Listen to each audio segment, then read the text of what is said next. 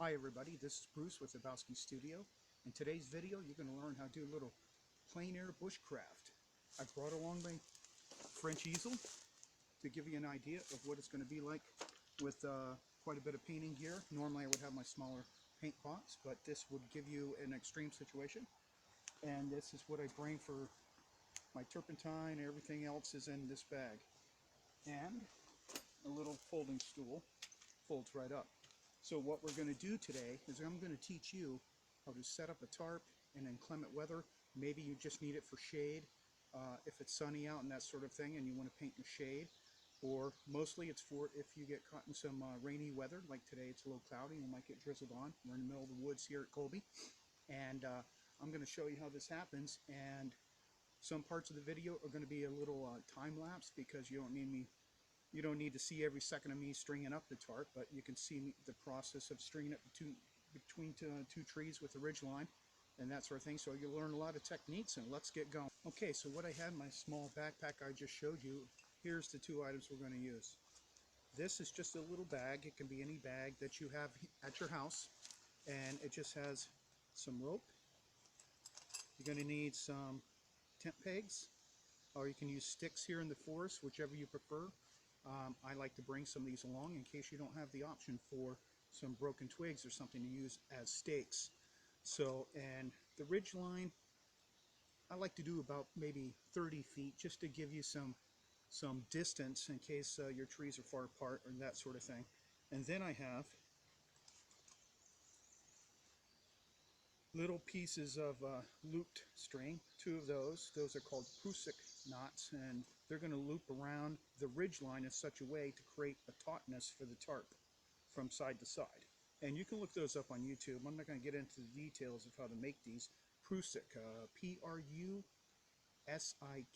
knots, and that'll show you the technique for that. And then so that's my tent stakes, Ridgeline.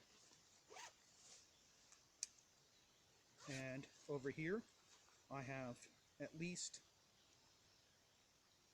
I don't know, 6, 7 little pieces of rope.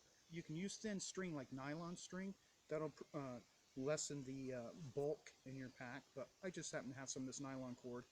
So I'm going to use that, and they're about 10 to 15 feet long each, and that's going to tie onto the grommets of your tarp out to different areas to pitch your tarp at a certain angle. So with that, put this down here,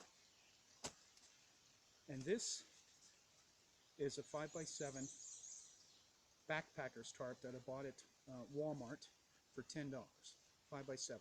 I have other tarps at home, 8x10, 9x12, because sometimes I'll bring my hammock out with me and I need more distance to cover the hammock. But this is going to be more of a tutorial lesson on keeping your pack somewhat pared down and only having like the smallest amount with the most protection. So this is going to actually be the first time I set this up in a way that I might be out painting, caught in some rain, or want some shade. And the only thing that's potentially bad about it is it's blue. It'd be nice if it was maybe like a light green or something. So it'll be interesting, especially in sunny situation, how much glare you might get onto your panels for color influence. But I think here in the woods on a cloudy day, we'll just try it out and see what happens. That's the whole point of this video. And those are the two things I bring for my shelter. And I got this idea from a guy that does painting and bushcraft. He's out in Sweden, and I'll put the contact information in my description. But he really inspired me because I like to be outdoors and I want to combine painting and the outdoors to hit two birds with one stone. There's only so many hours in a day, and so I'm gonna get started stringing this up. And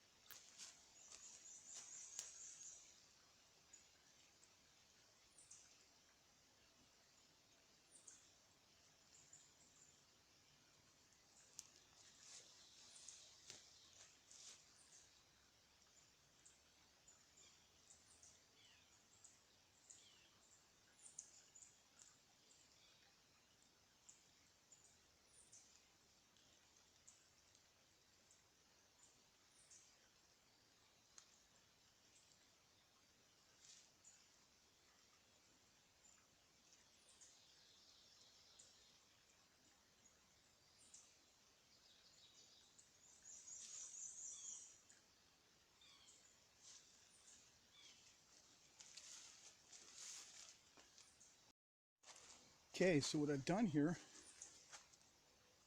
is this is a tensioning little device here, this Prusik knot. And what I can do to take out this toggle is you pull, it slides on the ridgeline, pull out your toggle, which in this case is just a stick from the woods, or you can bring some. And this just comes out of the grommet, and that can go anywhere you want on your ridgeline. And you can look up how to wrap this around the ridgeline. I'm not going to get into that little detail, but and then you just pull it until you can get through the grommet. Good. There we go. Put your toggle in and then pull it tight. Now be careful, like this tarp is not the greatest. It's functional, obviously. There's tougher tarps out there. And so be careful how tight you pull on that grommet. You don't need it super, you don't need to wrench on it like Arnold Schwarzenegger, but you want it tight enough. And I did this to both sides. And on the ends, for tying off the rope, there's different knots you can look up on bushcrafting, hanging a ridgeline topic. But I tied it on with a little slip knot that's easy to undo, same on both sides. And now, and I do it about eye level. Too high up, and depending if it's super windy and misty, you might blow mist in. So the lower you can get it, and of course, this is assuming that I'm going to be sitting down when I set up my easel. So obviously, if you stand while you paint, you would have this ridge line over your head a few inches. So those are things to think about, but this is just a tutorial on how to get a tarp up. So pick your height. That's really not part of the video. So now I'm going to move on to tying off the corners to trees and that sort of thing. I'll get back to you.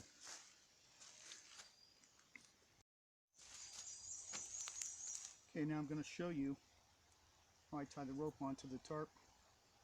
My little sections of rope that are 10 to 15 feet long is you pull it through,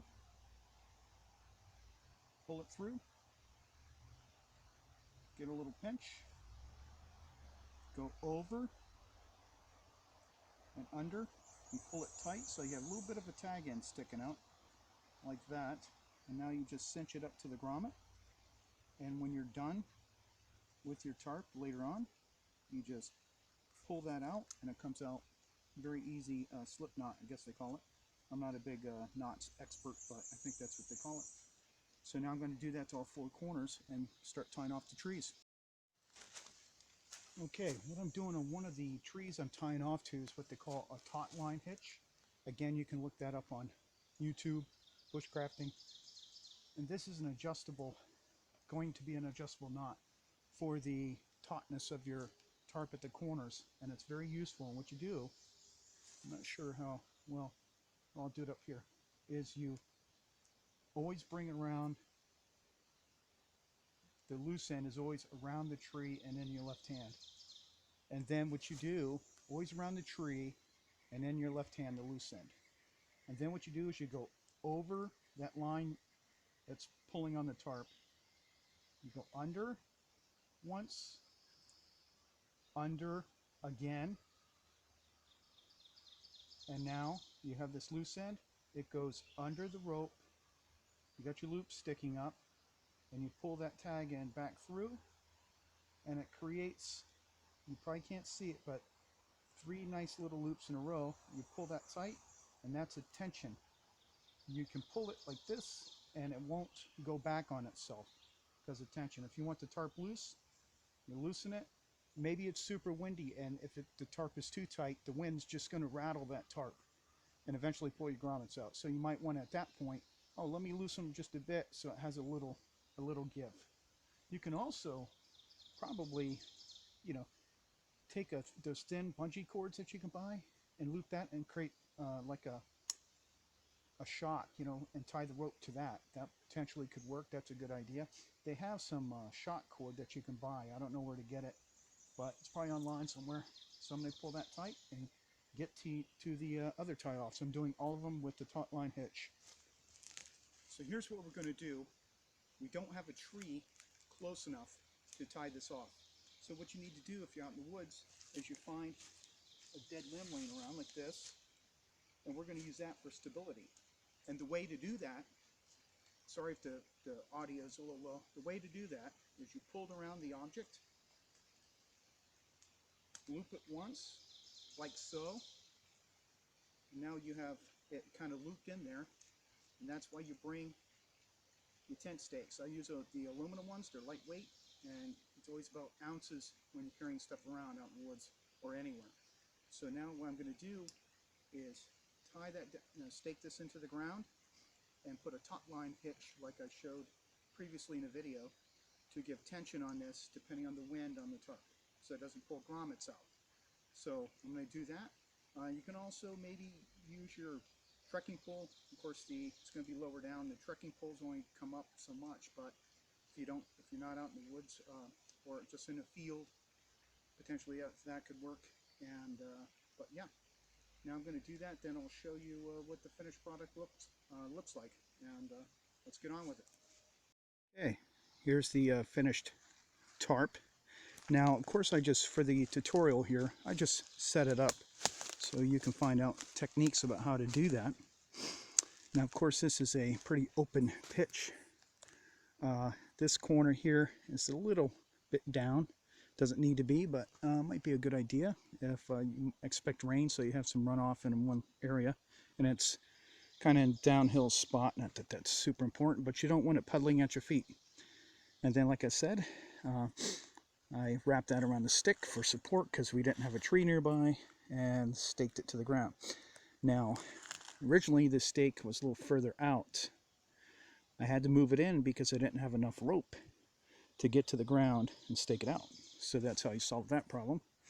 And so get under here, and what's sort of nice about this, as opposed to my normal tarps, which are a little more heavy duty, like I have a green 6x8, which is kind of more rugged than this. Like if this can probably get a hole in it easy, but it's lightweight, packs up small, and there's a nice glow of light coming through. So normally with my darker tarps, and if I'm looking at it, seeing it, oh, there's a bluish cast. You might have to fight with that. Everything's not going to be perfect, but I think if you did this a lot, you'd learn the compensation you need for color. Don't know. But of course, with the darker tarp, it's more opaque, so you would run into issues of being maybe a little too dark on a cloudy day, not so much maybe on a sunny day with ambient light around bouncing off things. Just things to think about. And show you some tie-off points. You find anything to tie off to. A little tree there on that corner, and tree way over there, and then the rope going off over to there. Now, you can also, of course, depending on what you're viewing, where the winds come from, it can act as a windbreak too. Maybe it's too windy and too chilly. So what you would do is, I have it like right in half, the tarp right in half. You would just find a grommet, like maybe, oh, that's another bad thing about this tarp. It doesn't have grommets all the way around at a couple feet intervals like normal tarps. But hey, what you can do, they have these things called tarp clips that clip onto that and have a tie off. So maybe carry a couple of those. But so you could pitch this more like a lean-to, with just maybe a foot or two out this way, and then sit back in there, and that would be nice also. So just some ideas. And now, like I told you, I brought my French easel. Now I'm going to set up the gear under there and show you, what the big French easel, well, this is a half French easel, but most people these days are using push-shod boxes. So, and I did this with the 5 feet going this way, 7 feet this way, so I have more coverage with an easel and a seat to sit down, that sort of thing, as opposed to needing that space this way. And you could also, if you have a tree close by, like I did with my backpack hanging on a piece of stick, limb sticking out, so I could have had that tarp right up to the tree, and that would give me access to stuff in my backpack in case it was raining. It'd help a little bit, and that's another idea. But again, this tutorial is just show you how to do some basics, and then you can modify it to your own needs. So now I'm going to set up the gear and see what it looks like. Now we have the gear set up, and of course today I'm not painting, I'm just showing you how I would potentially set up in a scenario like this with the potential threat of some drizzle, rain. And like I was showing you earlier with the blue glow, I imagine that would be more intensified obviously if the sun was out. But I think what I'll experiment with is seeing how tightly packed I can get my 6x8 dark green. And it's also nice too having a dark green, especially if you're in a woods setting, right? You're trying to be discreet. Maybe you want to hang out for a couple hours and have no one bother you, but then you got this big blue thing in the woods. But hey, you know, it's portable, and that's kind of what it's about. And another thing to think about, I'll show you another angle. I love my folding stool, grand trunk. It breaks down actually, folds in half.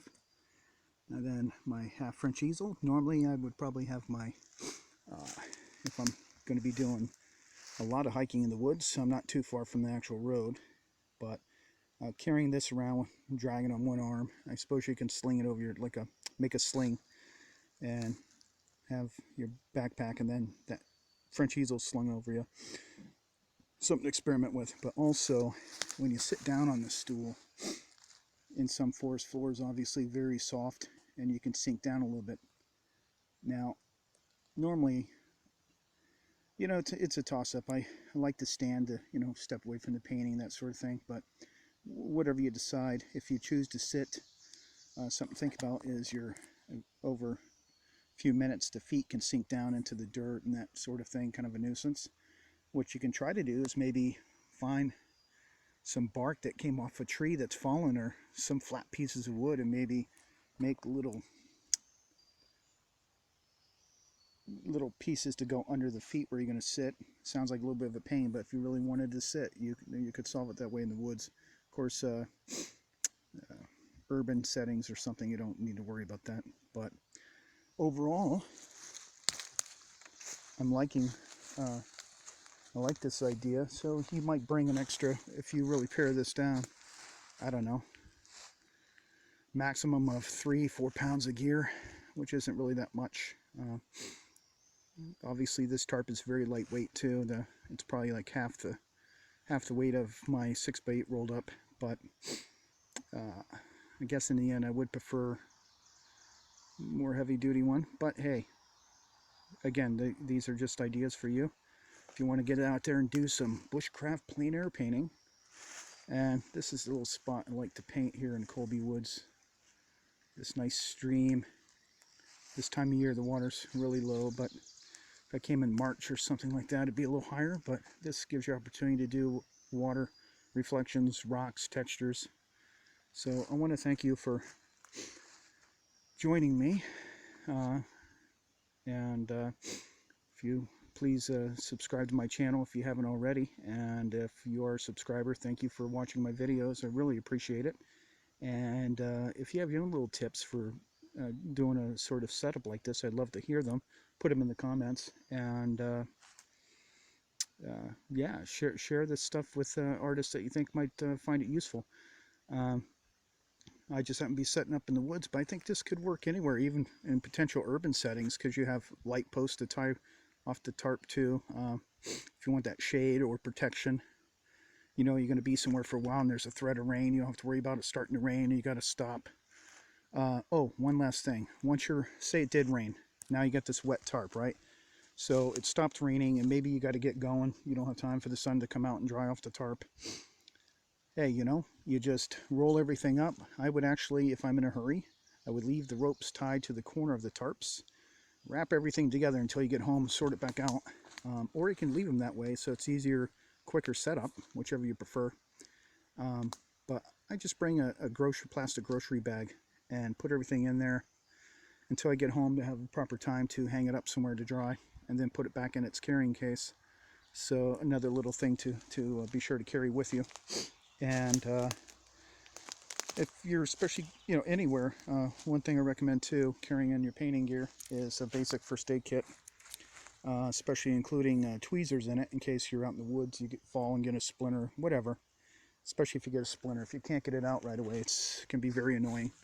And I encourage you to check out some bushcraft videos on YouTube. They're mostly about hammock camping and just camping in the woods, but you can apply some of those ideas to bringing your painting gear also. Of course, you can use a bigger backpack to carry more stuff. Normally, I might come out here, say you want to come out for half a day. Bring you a little backpacking stove, get you a little backpacking meal, and cook you up some food.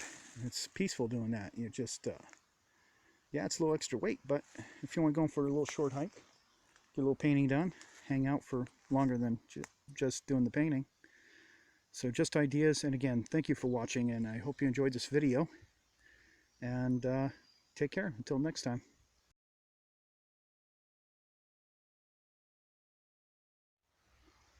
Here's what's great when you're in the woods, is when you pull my prusik knot, lessen the tension, pull out my toggle, and now I can just toss that back in the woods. I don't have to worry about bringing something and potentially losing it. I'm trying to minimize gear, but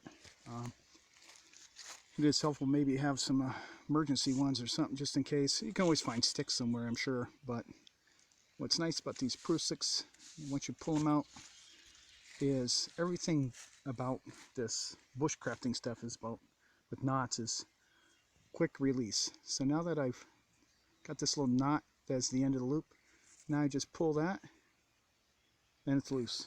No fiddling around with knots and tons of time, just pull and it comes loose. Look at that. So I'm going to pack up and get going.